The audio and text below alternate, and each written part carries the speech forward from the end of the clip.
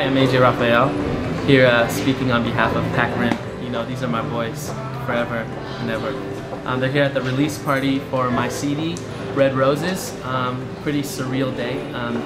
It is June 7th right now, and the CD just went worldwide today, and in a lot of targets in the United States. 400 stores from Seattle to San Diego, and they each carried a small amount, and it's crazy because a lot of people are tweeting me saying that they're all gone. You know what I'm saying? So it's pretty crazy right now. Currently, we are number 5 on the top pop iTunes. Yeah. Right now, at this very moment, what is the moment right now? It's 8:25 on Tuesday. Really? We are top 5 right now. Top 5 pop albums on iTunes. Number 26 overall on iTunes right now. Congratulations. So we are hoping to just, hopefully chart on Billboard. I don't know. This is a bittersweet moment. It's kind of weird. This is a bittersweet excitement day for you. Why do you say that? Bittersweet.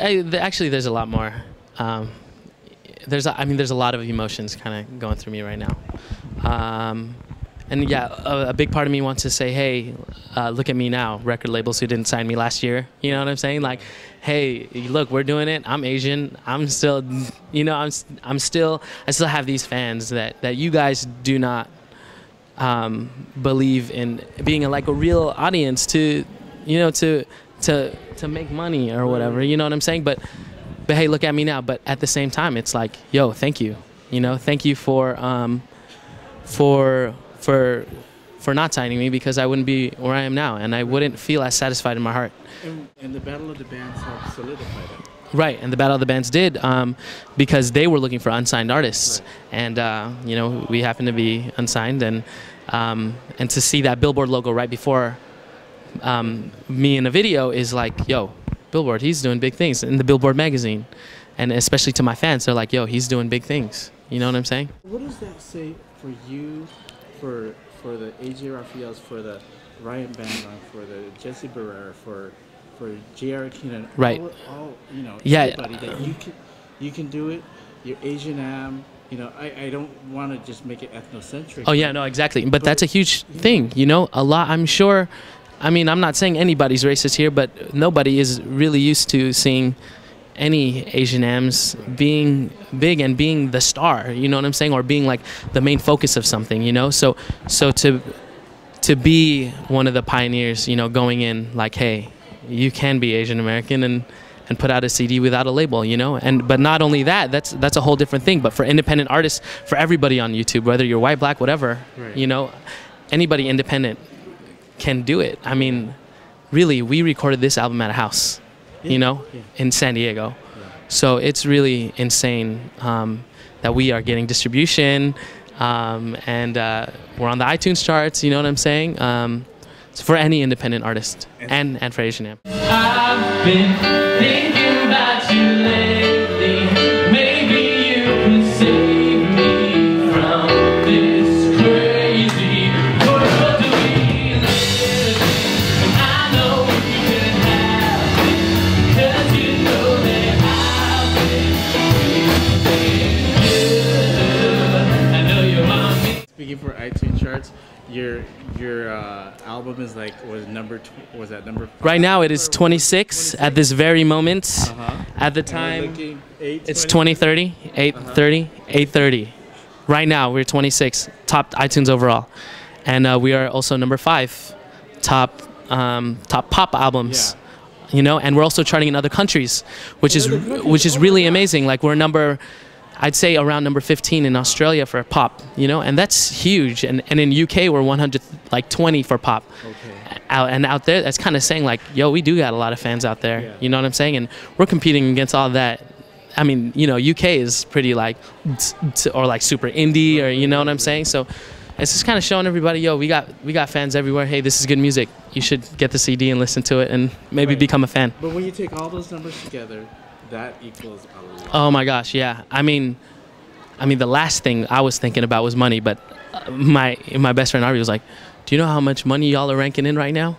And y'all don't have a label or anything. You know what I'm saying? And I'm just thinking like, damn, you're right. You know what I'm saying? And it's pretty crazy that you know, I've said this before a lot of times actually, that now it's possible with the internet to make money, like do what you love. You know what I'm saying? But I mean, there's a lot of dedication that comes with that, and persistence and all that stuff. You know, So- that's a whole different thing. So I know we're talking about that, but I went to Target. Yeah. To 2 Targets. Yeah, yeah. Where is it? I can't find it. So, Yeah. So have you had people tell you that they can't find it, sold out? Yeah, there's been a lot of tweets today, and they're kind of Really? complaining a little bit, like, yo, I can't find it. I've been to 3 or 4, but then I have seen some pictures, and there's like 3 or 4. They're like, I've been to 3 or 4 Targets, but I found it, and they take a picture, and they're all happy. You know what I'm saying? So I mean, and that's, like I said, we don't have a major label, so we don't have. It's not like we can put like 20 at each store, you know what I'm saying, and things like that. Every store in the United States. So right now we're starting off small, but for them to sell out what we have with them means a lot to Target and to Best Buy and all those guys, and they're gonna order more. You know what I'm saying, and always like consistently have my album on the shelves, and that is huge for. I hope it's huge for everybody to be inspired by that, you know, like for the YouTube community, for the independent artist community, for the Asian Am community, especially the Filipino American community. You know what I'm saying? So, I mean, yeah. Oh, there you go. Now, I know that you had so many stressful moments making this album. Definitely. And I know that, unfortunately, you had to miss some of your gigs. What do you want to say to those people now that it's finally here? Yeah. And the blood, sweat, and tears that you have to deal with? Well, yeah, we were working hard, and I was missing a lot of people's just regular parties, or I actually had to flake out on a show, you know, and it's because, you know, my body was not keeping up with what was going on. You know what I'm saying? We were literally in the studio for like days at a time, you know, and then the last push, the one where we had a deadline, was 3 weeks straight up, like straight. There in San Diego every day. I had my best friend Arby slept at my house to take care of my little sister, just for, you know, those 3 weeks straight, because my mom works nights. That's right. So it was pretty crazy, all the support that I had just to make it possible so I could be in recording with Jesse. And Jesse Barrera has done a phenomenal job, you know, producing. He's on the computer hours at a time, and it's 3 o'clock or 4 o'clock in the morning. I'm like, hey, I got an idea.